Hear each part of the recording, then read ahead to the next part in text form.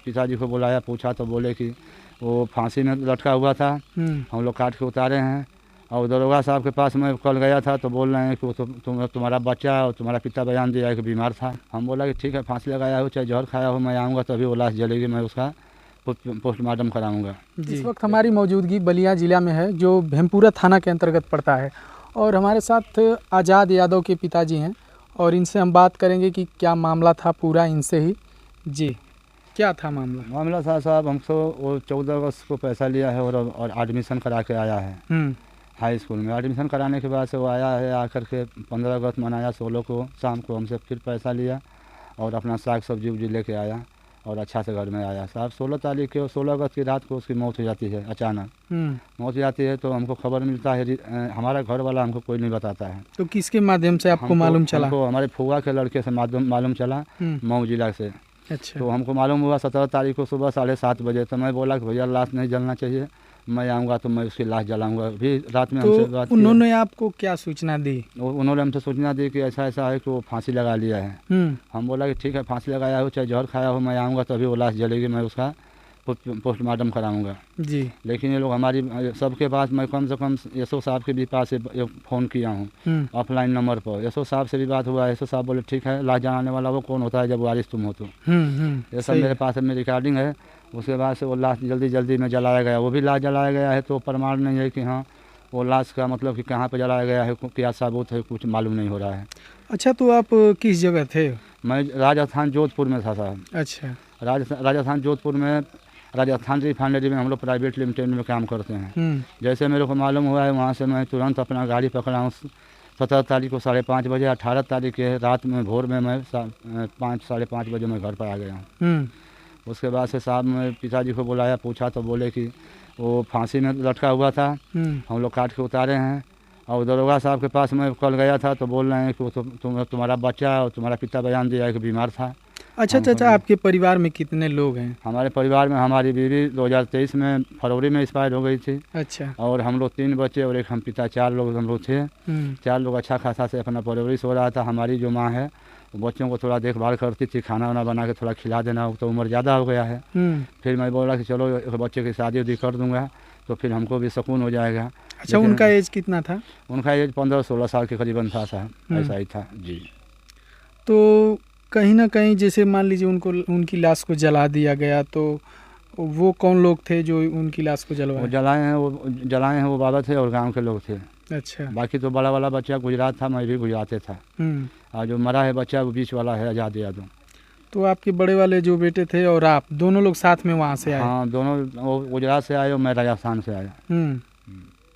तो बाकी इसमें पुलिस प्रशासन की क्या कार्यवाही हुई? पुलिस प्रशासन को मैं वहाँ से भी ऑफलाइन से मैं तो एफआईआर किया था और यहाँ आया तो मैं दरख्वास्त भी दिया हूँ, एप्लीकेशन भी।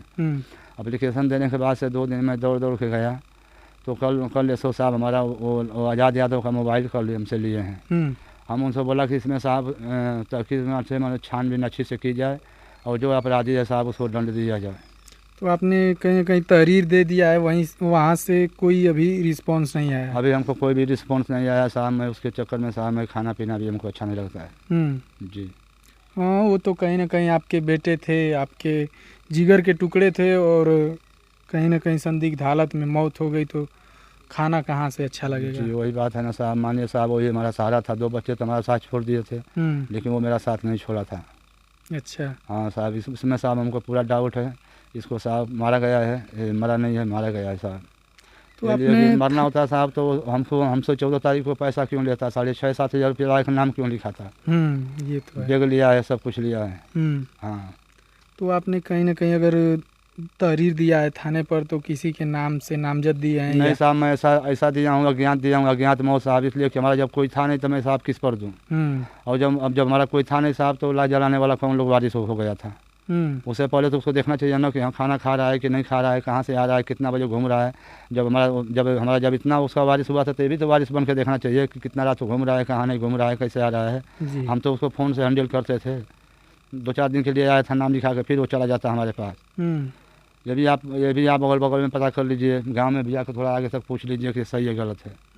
जी अच्छा, उनको खाना वाना कौन बना कर देता था? खाना वाना बना के हम उनसे फ़ोन करता था, बोलते थे, मैं इधर में बोलता था उसको कि बाबू खाना, माई का तबीयत ठीक बा, तो हाँ माँ का तबीयत ठीक है तो माँ बना देती थी। अगर तबीयत खराब रहती थी तो अपने हमारे छोटे भाई की तरफ वो जाकर खा लेती थी, और हमारा भोला बेटा भी खा लेता था। अच्छा। आज़ाद बच जाता था, आज़ाद जाके अपना उधर में चौमिन वोमिन खा के, चाहे अंडा उंडा रोल खा के अपना टाइम रात गुजार लेता था, लेकिन किसी घर वो खाना नहीं खाता था। अच्छा, वो किस क्लास में पढ़ते थे? वो हाई स्कूल में भी नाम लिखाए थे। अभी इसी 14 अगस्त को बता रहे हैं? हाँ, 14 अगस्त को साहब हाई स्कूल में नाम लिखाए हैं। अच्छा, किस स्कूल में? माँ वैष्णो में। जी। तो अभी आपकी क्या मांग है प्रशासन से? हमारी मांग है प्रशासन से साहब कि जल्द से जल्द इसकी कार्रवाई की जाए। और अज्ञात तौर पर मैं जब दिया हूँ एप्लीकेशन, और जब मैं एसओ साहब को खुद को बोला हूँ कि नहीं लाश नहीं जलना चाहिए, हम उसका वारिस मैं हूँ, तो उसी पर मुकदमा लिख देना चाहिए कि हाँ जब वो वारिस वो है तो उसकी लाश जलाने वाला दूसरा कौन लोग है। ये तो खुद एसओ प्रशासन को ही सोचना चाहिए ये बात। हम तो खुद परेशान हैं साहब, कितना मैं परेशान हूँ। दौड़ कर थाने पर जा रहा हूँ, क्यों जा रहा हूँ? मैं झूठे जा रहा हूँ, उनको शौक लगा है, मेरा बच्चा अच्छा, मरा है। आप कह रहे थे कि मैं बाहर से ही कॉल करके प्रशासन के लोग से मैं गुजारिश किया था कि लाश को भी नहीं जलाओ। मैं एसओ साहब से डायरेक्ट बोला हूँ इस बात को। उसके बाद से हमारे गांव के मैं वर्तमान प्रधान तो नहीं है, मगर पिछली बार प्रधान रह चुके हैं, पूर्व प्रधान, उनको मैं सूचित किया, फ़ोन किया, वो जाके इधर आके फ़ोन किए, मना किए। अब किसको मना किए वो जानते हैं। हम उनसे पूछा तो बोले कि नहीं, फ़ोन मैं लगाया था, वो लोग बोला कि लाश हम लोग लेके जा रहे हैं। फिर वहाँ पर जो 2-3 व्यक्ति था, उन लोगों का नंबर था, उन लोगों को भी मैं कॉल किया, तो लोग लाश के साथ में मगर बोलता है कि मैं मऊ हूँ, तो मैं घोसी हूँ, तो मैं बलिया हूँ। तो मैं दूर से क्या कर सकता हूँ साहब? अपने कहने भरना, अपने बड़ा बच्चा को भी बोला कि लाश नहीं जलना चाहिए, जब तुमको खबर मिल गया तो लाश को रोक के रखो। यही सब बात है साहब। चलिए ठीक है। तो कहीं ना कहीं ये आज़ाद यादव के पिताजी हैं, आज़ाद नाम था ना? आज़ाद नाम था। आज़ाद यादव के पिताजी हैं, क्या आपका नाम है? राजेश यादव नाम हो रहा है। राजेश यादव।